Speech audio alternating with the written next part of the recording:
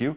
Since the long-term prospects of a news network that does not have any viewers in the nation's largest media market are never very good, Mr. Ailes asked his friend, Mayor Giuliani, to intervene, which he did. After those efforts failed, the Giuliani administration announced it would broadcast Fox News on a city-run station until a federal judge blocked that plan, calling it special advocacy to reward a friend and to further a particular viewpoint.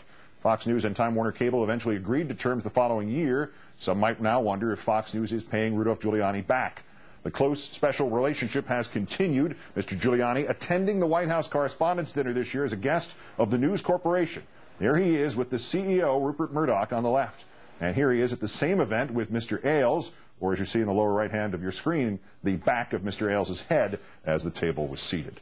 Let's turn now to Giuliani biographer Wayne Barrett, author of Grand Illusion, The Untold Story of Rudy Giuliani and 9/11, also a senior editor at the Village Voice. Thanks for coming in tonight, Wayne. Glad to be here. All right, Giuliani doesn't talk about this. Ailes goes into reprisal mode if you mention it as anything more than a casual relationship. What, to your knowledge, is the exact relationship of Rudy Giuliani and Roger Ailes? Well, it's been extremely close for 20 years. I mean, Roger Ailes was the campaign manager for his first mayoral campaign in 1989, so this is a very deep relationship. But I think you really laid out, I mean, sure, Rudy performed Roger Ailes' marriage. Sure, there's all kinds of indications of a close personal relationship. But as with everything in the Rupert Empire, business is what counts. And it was the federal judge that you just referred to was once a prosecutor that worked for Rudy Giuliani, and she ruled against Fox and against the city. And so what did Rudy do? He basically threatened Time Warner, you're not going to keep your franchise, which was up for renewal, or you're going to have to handle all kinds of burdensome regulations from the city of New York unless you allow Fox to have this channel. Now, the incredible thing about this is the head of Time Warner was also a dear friend of Rudy Giuliani's. Richard Parsons was his finance chair for the mayoral campaign. So he had to choose between two very good friends. He had, in fact, made Dick Parsons the chairman of the Economic Development Corporation of the city of New York. So he had to choose between two friends, and he came down solidly on Roger Ailes' side, even to the extent of really ignoring a federal court decision and working out his own deal with Time Warner. Parsons winds up resigning as the EDC chair. I think his relationship, and they went way back, they were in the same law firm together in the 70s. So he certainly is tied in totally to Roger Ailes. It is a very deep relationship that's lasted many years.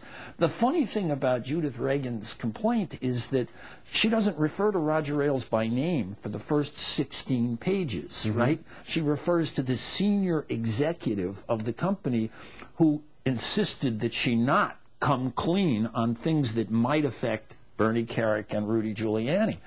And she doesn't refer to him by name, but when she first refers to him, she doesn't even give him a title. She just says Roger Ailes, whereas when she first introduces Rupert Murdoch, it's CEO of the News Corporation, but Roger Ailes is so clearly part from page 1 of this complaint. He is clearly the person she is referring to as this senior executive who made all these suggestions to her that she not come clean on Bernie. All right, so that secret's out, but here's this. Why would they want her to lie to investigators about an affair with Kerik to protect Giuliani? Certainly, as we've seen, Kerik has done much worse than this. Well, he was having 2 affairs at the same time in the same apartment overlooking Ground Zero, and one discovered the love letter of the other, and everything blew up in his face. But I don't think it has anything to do with the affair.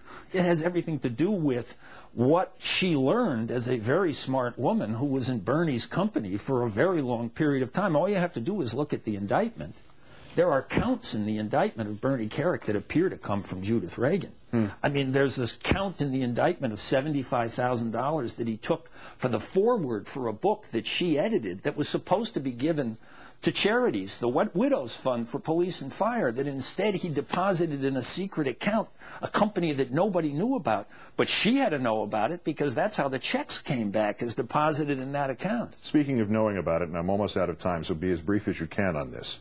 If people in the Murdoch empire tried to keep her quiet on Giuliani's behalf, would Giuliani have known that, or is it possible that in this equation he's an innocent bystander in this? Well, I wouldn't say he's an innocent bystander, but I certainly don't think there's any evidence that he knew concretely what they were doing. I think that the relationship is so close that he may well have had some awareness that Judith was a problem. He certainly had to know of her relationship with Bernie Kerik, but I don't think there's any indication that if perjury was suborned, he was knowledgeable about that. Well, if he weren't running for president, what a fun story this would be to discuss. Wayne Barrett, the author of the 2 seminal works on Rudy Giuliani, the more recent of which, Grand Illusion, The Untold Story of Rudy Giuliani and 9/11. Great, thanks for coming in. Good Thanks, to see you. Keith. Giuliani is not alone in his misery tonight. John